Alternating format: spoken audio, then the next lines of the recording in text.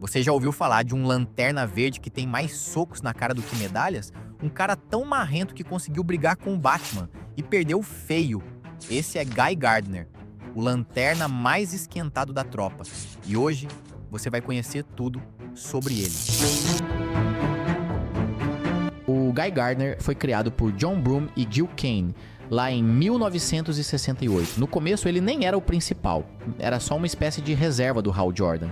Mas com o tempo, o cara cresceu no papel e acabou virando um dos lanternas mais lembrados da DC. E não é à toa, né? Com aquela personalidade forte e a mania de se meter em briga, ele se destaca fácil.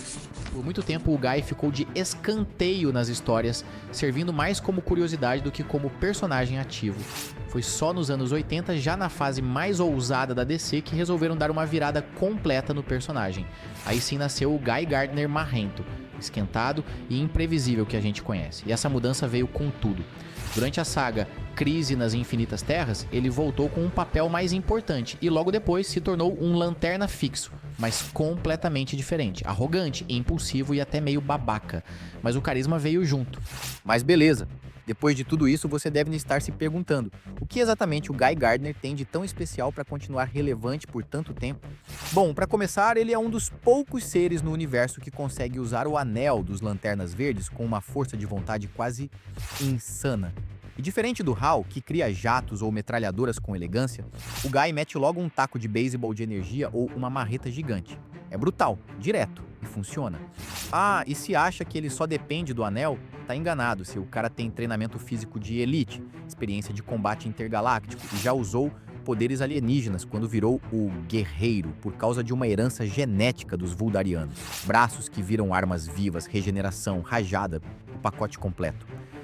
Como se não bastasse, ele já empunhou o Anel Vermelho da Raiva e sobreviveu. Isso mesmo, o cara tem tanta fúria reprimida que o anel o escolheu de boa, e ele ainda continuou lutando sem perder a sanidade como a maioria faria.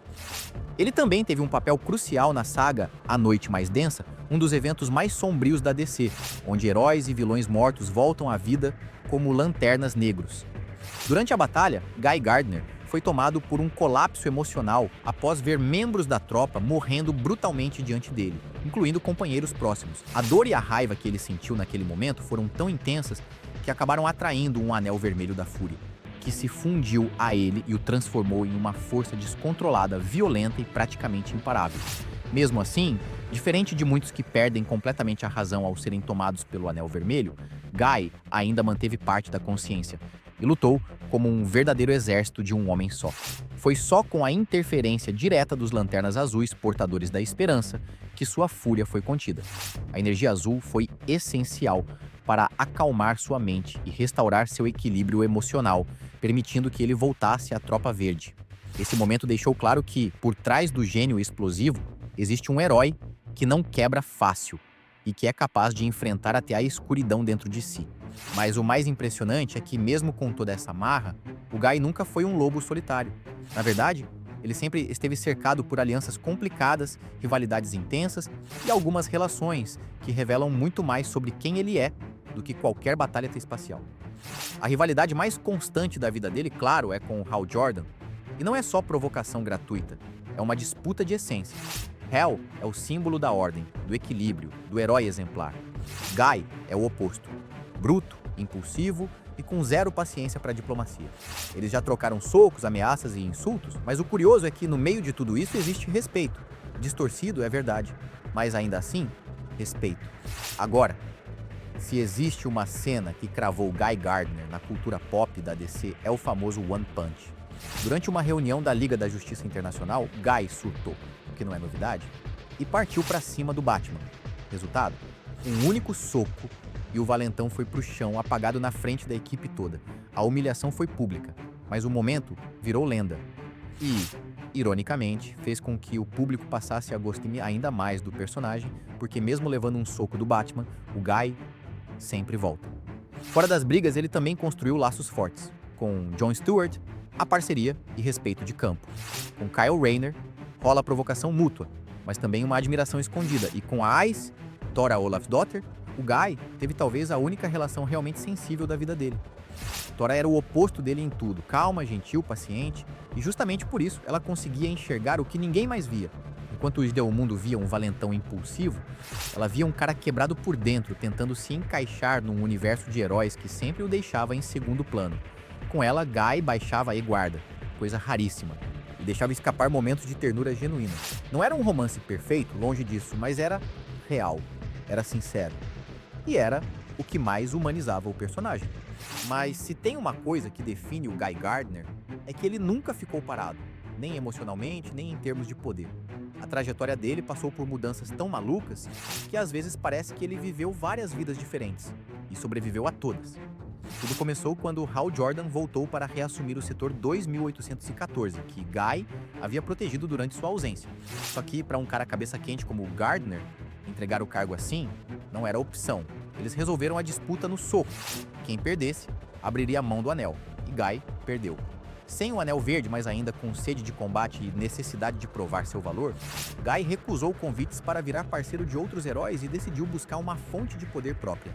Foi quando lembrou dos Weaponers de Qward, os criadores do Anel Amarelo de Sinestro. Ao lado de Lobo, porque claro que o Guy ia se meter com o cara mais insano do espaço, ele viajou até o universo de Antimatéria e enfrentou um planeta inteiro de Qwardianos na porrada. Só que o anel não estava lá, estava escondido nas criptas da tropa em Oa. De volta ao planeta, Gaia encontrou o anel e, após um confronto psíquico com o próprio espírito de Sinestro, dominou o artefato e se tornou o novo portador do Anel Amarelo de Qward. Esse anel era diferente, mais poderoso, sem bateria recarregável e com um funcionamento peculiar. Ele absorvia energia, lutando contra lanternas verdes. Mais bizarro ainda, ele só respondia em Qwardiano, a língua natal de Sinestro. Guy não entendia uma palavra, mas fazia o anel funcionar na base do instinto e da pura teimosia. Com esse novo poder, ele tentou continuar sua jornada heróica, inclusive integrando uma versão da Liga da Justiça, mas, como tudo com o Guy, essa fase teve seus altos e baixos.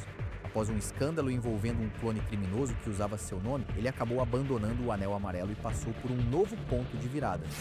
A essa altura, Hal Jordan já tinha sido corrompido por Parallax e destruído a bateria central em Oa, deixando a tropa em colapso. Guy, sem nenhum anel funcional, foi atrás de uma nova solução. Encontrou o lendário Cálice da Água Guerreira e, ao bebê-lo, despertou poderes ocultos em seu DNA, herança de uma raça alienígena conhecida como os Vuldarianos. Foi aí que nasceu o Warrior. Guy passou a transformar partes do corpo em armas, lâminas, escudos, canhões. Virou um tanque ambulante. Nessa fase, chegou a recusar um novo anel da tropa quando oferecido, e esse anel acabou sendo passado para um novato, Kyle Rayner, o próximo Lanterna da Terra. No fim das contas, Guy Gardner percorreu um caminho que poucos teriam coragem de seguir, com altos, baixos, fases bizarras, poderes inesperados e decisões que nem sempre pareciam certas, mas que sempre foram dele. E é aí que está a grandeza do personagem. Guy nunca tentou ser um herói perfeito, só tentou ser ele mesmo. E isso foi mais do que o suficiente. Se você curte heróis fora do padrão e histórias com camadas, se inscreve aqui no Além da Capa. A gente vai explorar o lado menos óbvio dos personagens, as fases esquecidas, os momentos que moldaram quem eles são. Deixa o like, ativa o sininho e comenta. O Guy é subestimado. Não, ou só doido mesmo? Nos vemos no próximo vídeo. Porque todo herói tem mais do que parece. E aqui, a gente vai sempre além da capa.